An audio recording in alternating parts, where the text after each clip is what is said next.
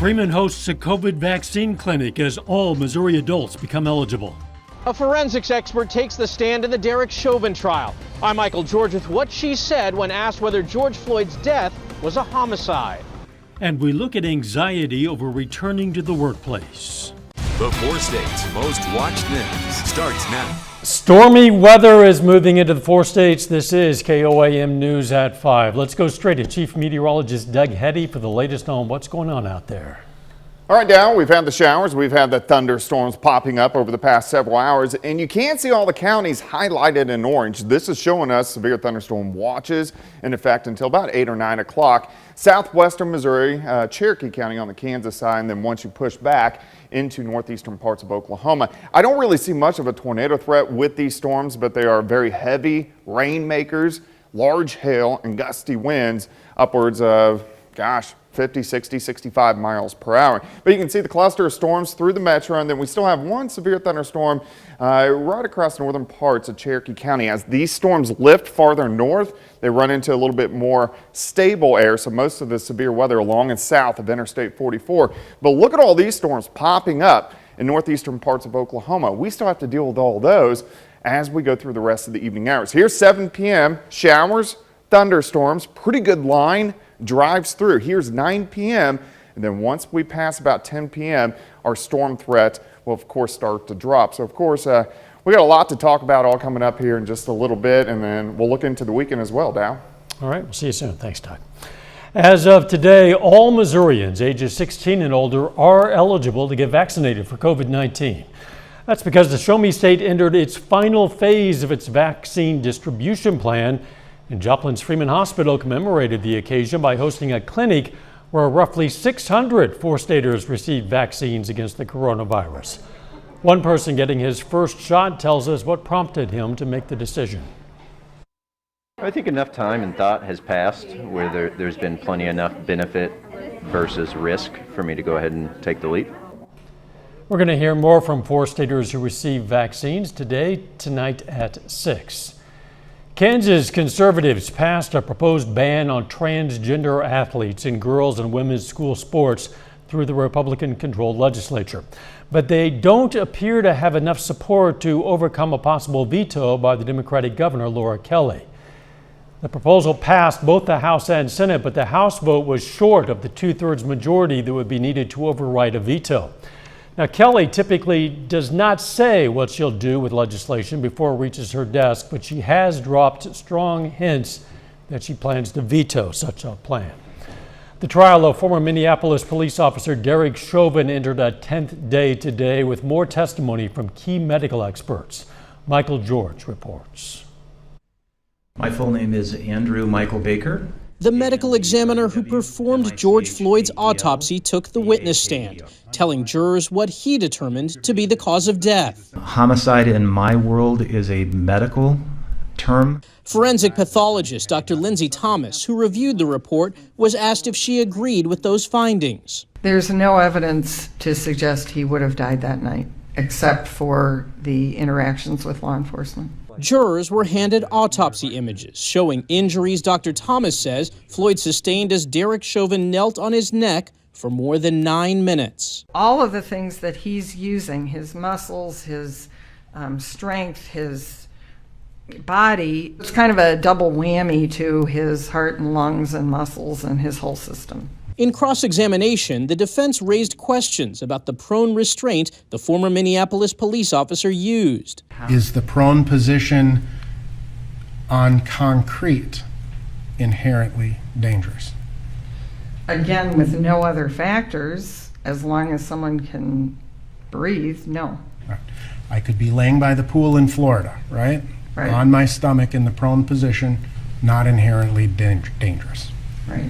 George Floyd was not laying by the pool on his stomach in Florida, was he? No.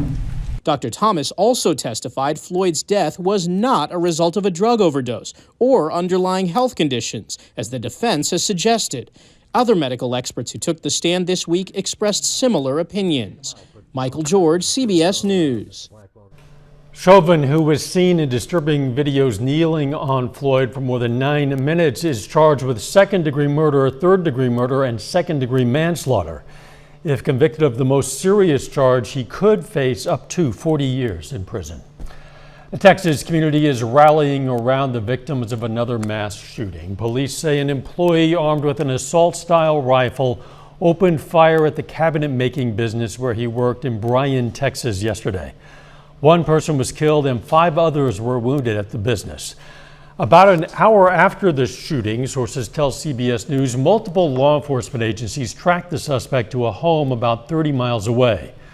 Police say as they tried to arrest the suspect, he opened fire, striking a trooper. That trooper is in stable condition. Police arrested the suspect, identified as 27-year-old Larry Boland. Britain's Prince Philip, the husband of Queen Elizabeth, has died at the age of 99. He had been in and out of the hospital as his health had deteriorated over the years. Elizabeth and Philip were married in 1947.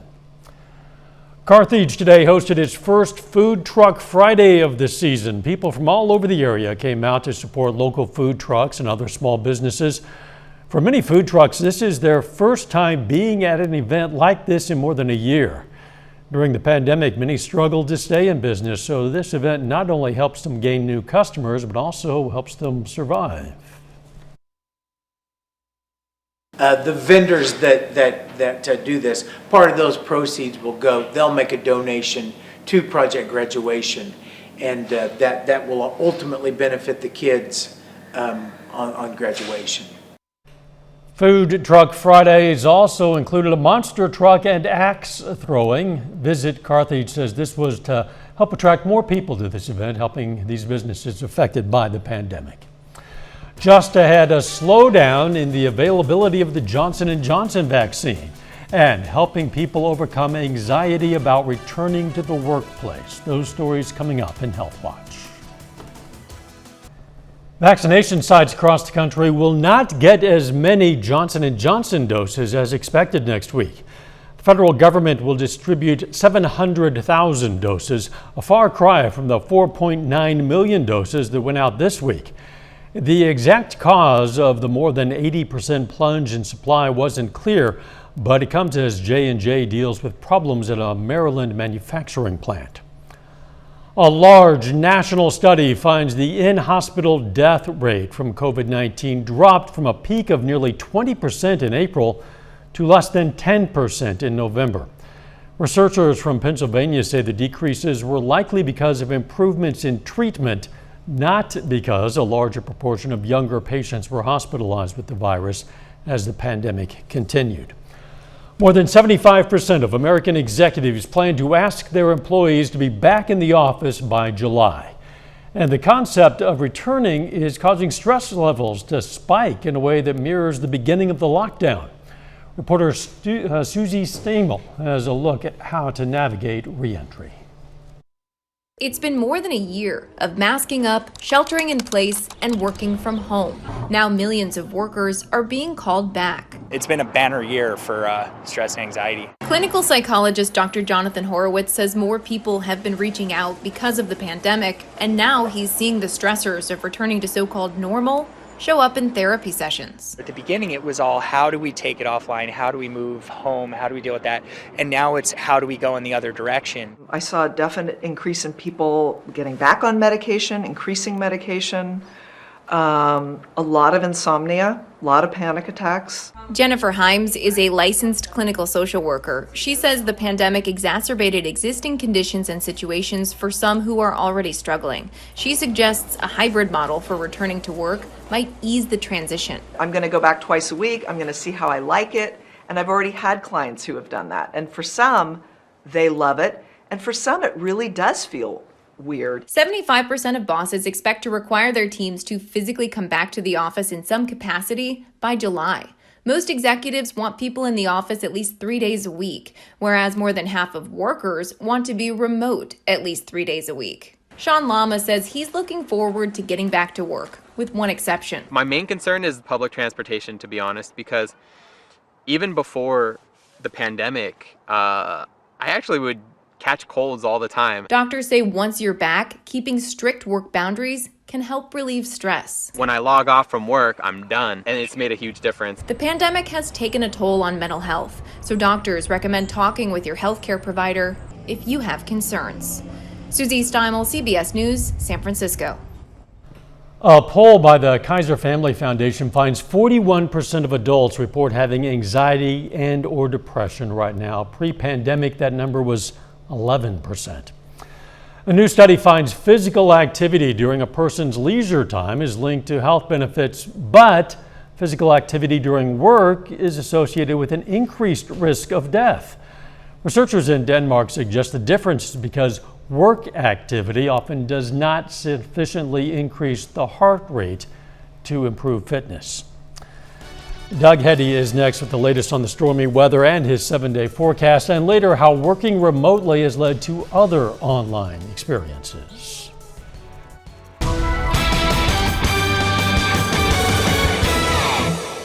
We've definitely had the showers and thunderstorms picking up over the past several hours, and we do have severe thunderstorm watches in effect across southwestern Missouri, Cherokee County on the Kansas side, the northeastern parts of Oklahoma, and these are until about 8 p.m. We have had several severe thunderstorm warnings which have popped up over the past couple hours, but as of right now, you can see any severe thunderstorm warnings are out to our southwest, just to the north of Tulsa, but still plenty of showers and thunderstorms, strong storms at this time. Look at these storms in southwestern Missouri. As they lift north, they pass Interstate 44, they really just lose their punch as there's a lot more stable air out across southeastern Kansas, southwestern parts of Missouri. So most of the brunt of the bigger storms for us tonight are going to be near and south of the I-44 corridor, kind of where the severe thunderstorm watches are in effect. But where you see the yellows, the reds, the kind of magentas, those are our bigger storms which have been popping up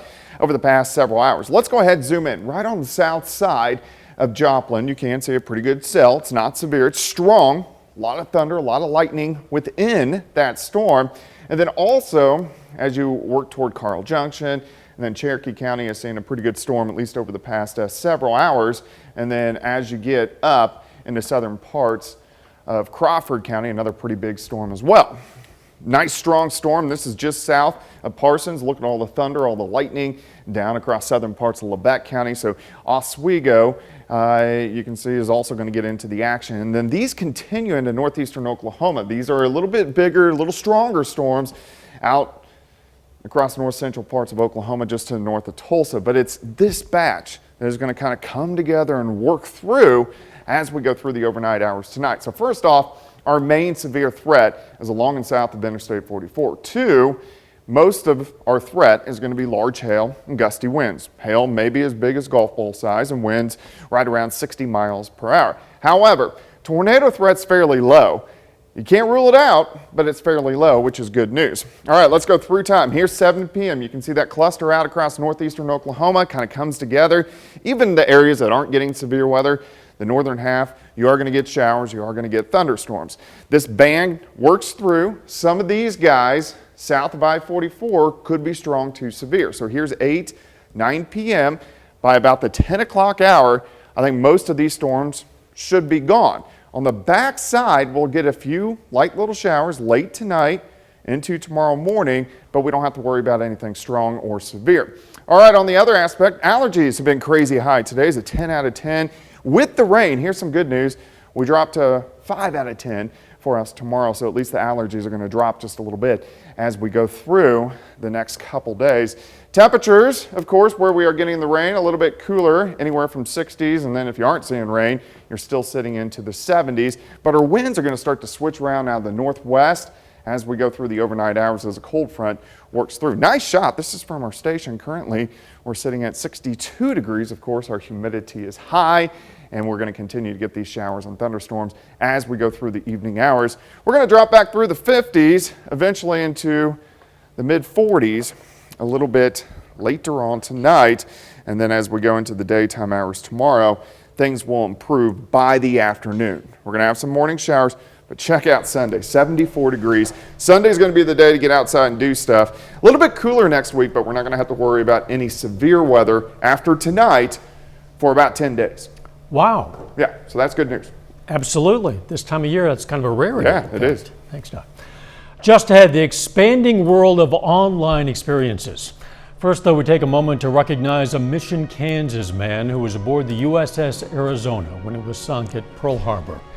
He was U.S. Navy Chief Gunner's Mate Petty Officer Harvey Becker, and he is today's four-state hero. In Consumer Watch, a sign things are slowly coming back as more people across the country get vaccinated. Restaurant and retail traffic is on the rise. A recent ZenReach study shows in the first few months of 2021, restaurants and shops saw 47% more business compared to 2020. Working from home comes with its perks and pitfalls, including plenty of distractions. Reporter Nancy Chen shows us how more people are logging on to online workspaces, Zooming with strangers to be more productive. When Michael Taschuk needs to really focus, he turns on his web camera and works silently alongside people he's never met. It's a little different than your standard Zoom call that we're all on these days. Yes, yeah, absolutely. Taschuk is on Ultra Working. The online workspace hosts half-hour work gyms with tips to shut out distractions. But let's all get some work done, shall we? A moderator monitors participants, prompting people to focus on their work. Because you've only got 30 minutes to accomplish your goal, there's not a lot of time for anything else, right? So you do have to stay really relentlessly focused in order to achieve that. Ultra Working says user time has quadrupled since the pandemic started. Lee Knowlton is a company executive. As you're sitting down to work, you have to make a lot of decisions. How can I stave off distractions? How can I make sure I'm hitting my goals? All of these different things you have to think about, we've streamlined into one decision, which is log on. All right, I'm Jeremy, and welcome to your cave. Another online workspace, Cave Day, also hosts sessions led by a guide, and there are breaks. 6, 5. Which can include jumping jacks. Co-founder Jeremy Redleaf says membership has increased 800%. A lot of people didn't realize how much structure and accountability they got from a regular office. When we're at home, right, the boss isn't really looking. You need to become your own manager. If I ever feel unmotivated or I'm suffering from a lack of focus, I only have to look to my right slightly, and there's 40 people there who are killing it. The group setting helps Taschuk get his work done while working from home. Nancy Chen, CBS News, New York. Membership is under $50 a month for both Cave Day and Ultra Working. A final check of the forecast next.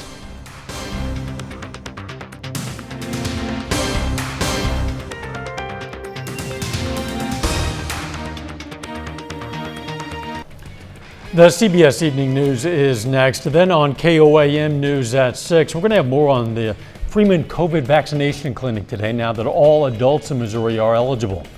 Plus, what Food Truck Friday means for the Carthage area economy.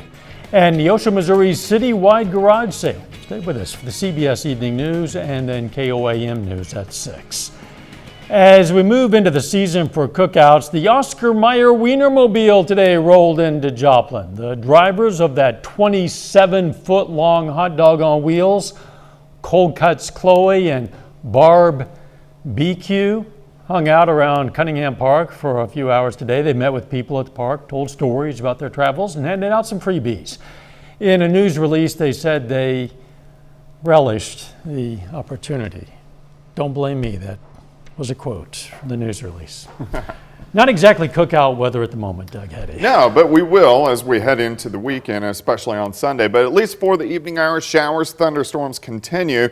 Most of these are strong right now. We do have a couple severe thunderstorm warnings which have popped up. You can see one right across Lebec County. This is a very powerful storm that is producing winds at 60 and then also ping pong size hail. So it's got pretty big hail within the core of it. This is lifting off toward the northeast at about 20 miles per hour. But you can also see northeastern parts of Oklahoma. We got more showers and thunderstorms which are blowing up, and all these are going to head toward us. Now, the best chances for severe weather tonight are going to be right along and south of the I-44 corridor, so we have to keep our eyes on that. But look at our temps. By the time Sunday rolls around, up to 74. See you at 6. Let's take care of ourselves and each other.